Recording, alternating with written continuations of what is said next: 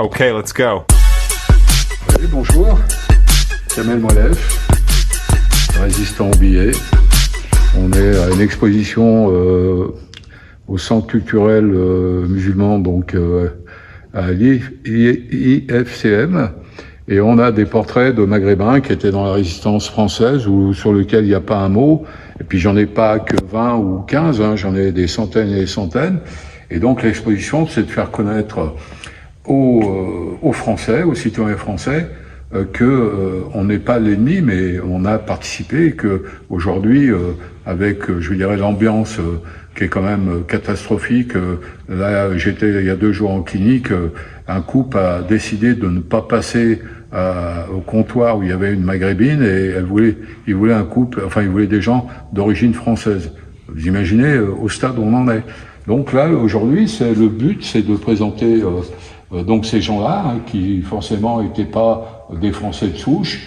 Donc on a expliqué un petit peu la France occupée, les francs-tireurs, et puis après on part sur des portraits comme Malika Eugénie Djendi, dont le père était algérien, la mère corse, et qui s'est retrouvée dans les services secrets britanniques. Elle a été arrêtée avec des collègues, et ils ont été fusillés, brûlés et enterrés. On ne sait même pas où ils ont été enterrés. Voilà. Donc il y a un endroit à Paris, 15e, où on la met, je dirais, à l'honneur, alors que c'est un petit peu dommage. Voilà. Après, on a Mohamed Saïd Belafaf. Alors, Mohamed Saïd Belafaf, c'est le patron de 250 FIFI dans la Sarthe. Je vous laisse imaginer le blason de médaille. Hein. Voilà. Et il n'y a pas un mot. Alors que c'était la terreur des Allemands, parce que tous les jours, ils les attaquaient. Ils récupéraient des pilotes, ils les ramenaient, et ainsi de suite.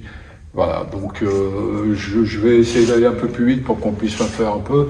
Nouri Nayat, qui est une Britannique d'origine indienne, soufie musulmane. Donc pareil, elle a été torturée pendant des jours, elle n'a pas parlé. Après, on a Mohamed Lagdar Toumi, donc j'aime bien, parce que lui, il était chargé d'abattre tous les officiers allemands.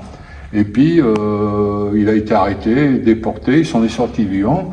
Et puis, ce qui s'est passé le 8 mai 45 en Algérie, il est rentré dans la résistance algérienne. Et il y a un truc quand même assez tragique, c'est que on a, je veux dire, ce type qui avait été blessé par la Gestapo, et qui, dans les années 90, voulait revenir en France pour se faire soigner. On lui refusait son visa. Voilà, c'est un exemple. Je suis pas dans la polémique, hein, j'explique. Louisa Astamanian, donc une Arménienne, qui était aussi dans la résistance. On a Salah Bouchafa, qui lui était, je dirais, partie prenante dans les FTP-MOI, qui a été arrêté, déporté, qui est mort en déportation. On a Jacqueline de Chambrun, donc j'aime bien aussi son portrait, donc voilà. Puis on va continuer, on va essayer d'aller un peu plus vite. On a Mohamed Hadjaj, dit souvent Ben Siman, et lui, il était infirmier. Il était dans les brigades spéciales, et donc lui, c'était abattre tout ce qui était allemand, et notamment c'était officier et sous-officier. Le nom de Slimane Ben Mohamed figure sur la cloche du mémorial de la France combattante du Mont Valérien. On n'en parle jamais, mais il y en a 12 de noms sur cette cloche-là. Après, on a Germaine Tillon. Qui ne connaît pas Germaine Tillon? Je veux dire, c'est une grande dame. On lui rend hommage aussi, parce que bon, son rôle a été important. Après, on a Chérif Mechri. On refera après avec Ryan peut-être plus de temps sur des portraits, mais là on essaie de présenter tout le monde. Chérif Mechri, sous-préfet, avec Jean Moulin, et préfet après. Donc il a sauvé 2994 juifs. On a les témoignages des rabbins de l'époque, on a les témoignages des dirigeants de camps de résistance. Voilà, on a même une liste, il avait refusé de juifs qui devaient arrêter, il les a prévenus. Donc on a Mohamed Taleb aussi, qui était un commerçant, qui avait 2 magasins à Bordeaux, qui était vraiment tranquille. Et non, il s'est engagé, je dirais, dans la résistance pour pour défendre. Alors lui, je dirais, Mohamed Taleb, qui a été arrêté, il a été, je dirais, remplacé par Abdelkader Mesli, qui était l'imam de Paris. Mamadou Ediba, qui est un Guinéen musulman, qui, je dirais, s'est engagé pour se battre, et puis qui a été un des premiers à monter les maquis dans les Vosges avec Marcel Aberger. Et il faut savoir que Adiba, il a été arrêté, torturé pendant 18 jours, il n'a pas donné un nom. Vous imaginez, 18 jours, hein. Il l'appelait le terroriste noir. Et Adiba, lui c'est pareil, il a sauvé, il a passé des centaines de familles en Suisse, hein, des familles juives. Ici on a Yvonne Abbas, dont le père était algérien, qui faisait partie d'un réseau dans le Nord. Voilà. Ben là on fait la continuité, après Yvonne Abbas, on a les antifascistes allemands. Il faut savoir qu'il y a eu des Allemands qui sont entrés dans la résistance, hein. On a Haute-Kuhl, on a Hans Motsch, et des gens qui étaient allemands, mais antifascistes, et qui étaient dans la résistance française. On a le portrait de Stéphane Hessel, hein, qui est né français, il est né allemand-français en 1937, et il rejoint les forces françaises libres. Donc, grand résistant, il est arrêté, déporté, il s'évade. Et mon seul remords avec Stéphane Hessel, c'est que quand j'ai fait Résistant oublié, c'est lui qui devait me faire la préface. On a commencé, mais malheureusement, il est décédé, donc j'ai pas pu finaliser. Voilà, c'est mon regret avec Stéphane Hessel. On a Ahmed Benhabib, qui était médecin sur Grenoble, et qui montait dans le Vercors pour soigner. On a des témoignages de gens.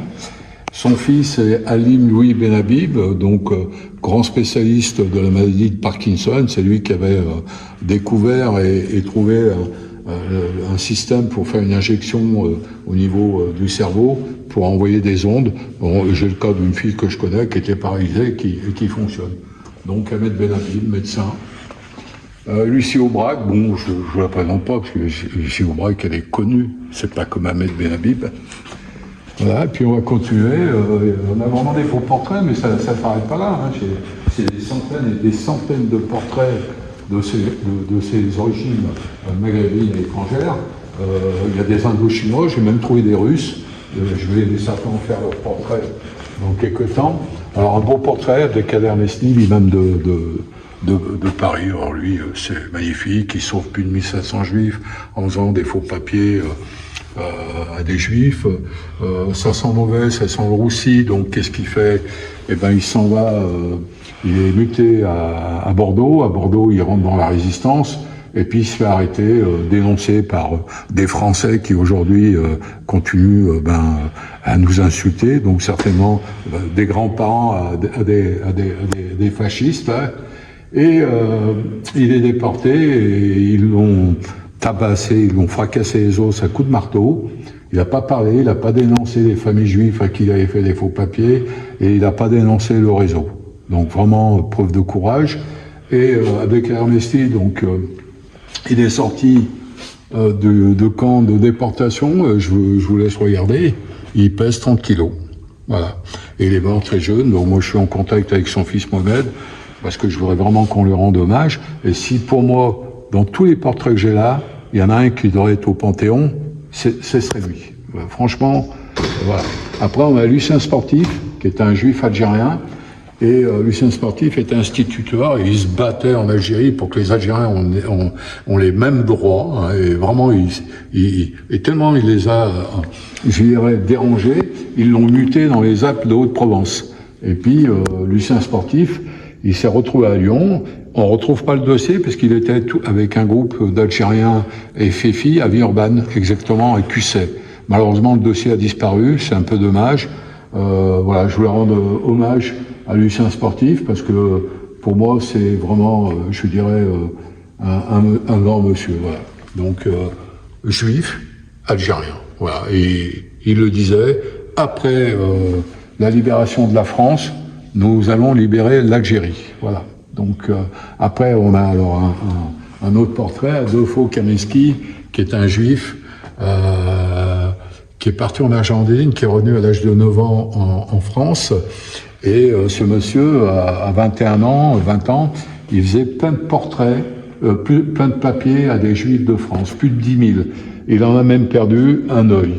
Et puis, libération de la France, de l'Europe, il est parti, il a été, je dirais, au Venezuela, au Brésil, en Afrique du Sud, de partout où il y avait des guerres, il était là, il a été aussi au Portugal, enfin, et il faisait des papiers pour tout le monde, et puis pour finir, il a fini en Algérie, à l'époque, avec le FLN, et il faisait des papiers pour les combattants du FLN.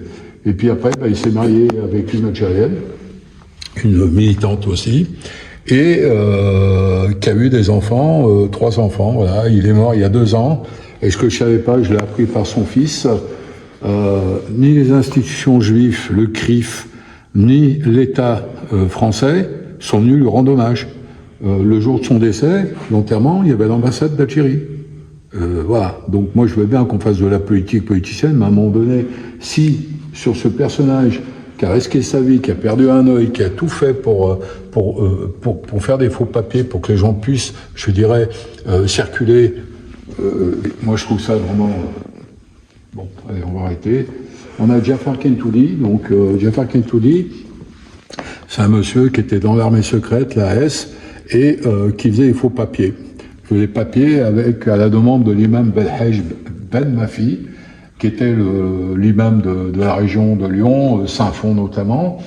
Et là, on est en photo, il y a son fils Jacques et son épouse, et on a réussi à mettre, je dirais, un portrait de Jafar Kentoudi, mais le CRIF a toujours refusé qu'on précise qu'il a sauvé des Juifs. Et aujourd'hui, j'ai 2 documents, il y en a d'autres certainement, j'ai 2 documents du ministère de l'Intérieur en 1946 qui confirment que l'imam Belhaj a vraiment fait des faux papiers à sauver des Juifs. Voilà. Alors l'imam Belhaj, j'ai eu des journalistes qui m'ont appelé, apparemment, il voudrait le mettre au Panthéon. Bon, ce que je peux comprendre, parce qu'il était aussi partisan après de l'Algérie française, donc c'est pas une critique, hein, peut-être que moi j'aurais été partisan aussi de l'Algérie française. Je sais qu'il a été proposé pour le Panthéon. Pour moi, dans tous les portraits, s'il y en a un qui doit être au Panthéon, c'est Abdelkader Mesli. Hein. Voilà. Après, donc l'imam Belhaj, on a Celestino Alfonso, qui est un Espagnol, donc j'ai même pu retrouver le courrier qu'il a écrit à son épouse, donc une lettre manuscrite qu'on a repris ici. Et il était dans les brigades contre Franco, et puis Franco a gagné, il est parti, il est venu s'installer sur Paris, et puis là il est rentré dans l'équipe de Manoukian. Voilà.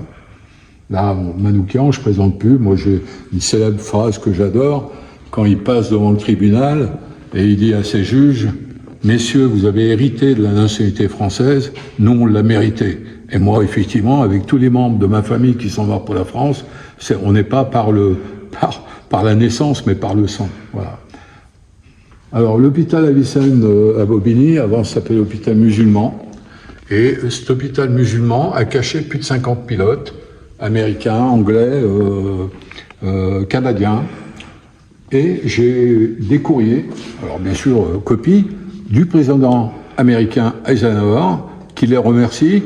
J'ai le head office des pilotes américains qui remercie Abdelatif Fafa, qui était un Algérien et qui était FTP MOI.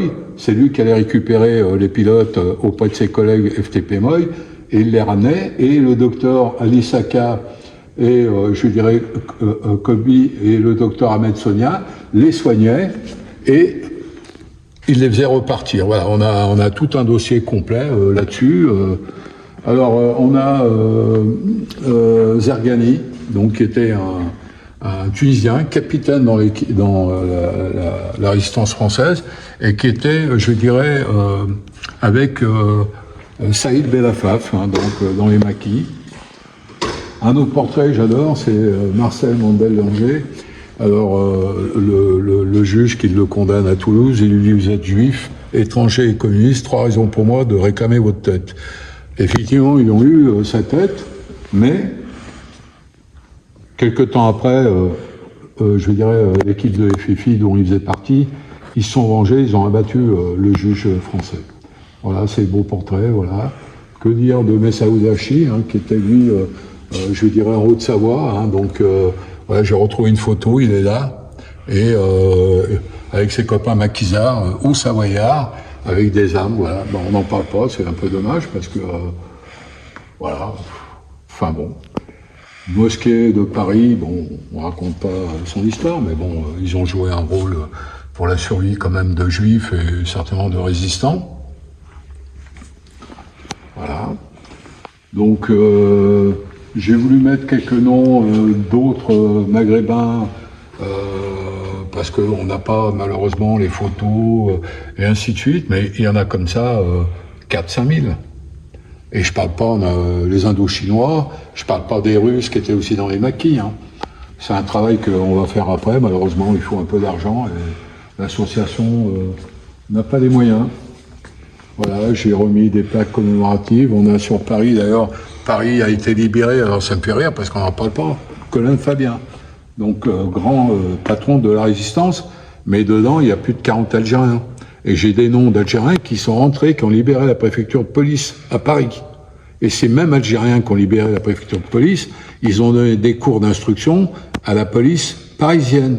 C'est marrant, hein. Donc c'est tout un travail d'archives encore à remonter. Voilà. Et puis notre général de Gaulle, paix à son âme, j'aime bien parce que beaucoup de Français sont pas au courant. Le débarquement le 6 juin, De Gaulle a été prévenu 3 jours avant, hein.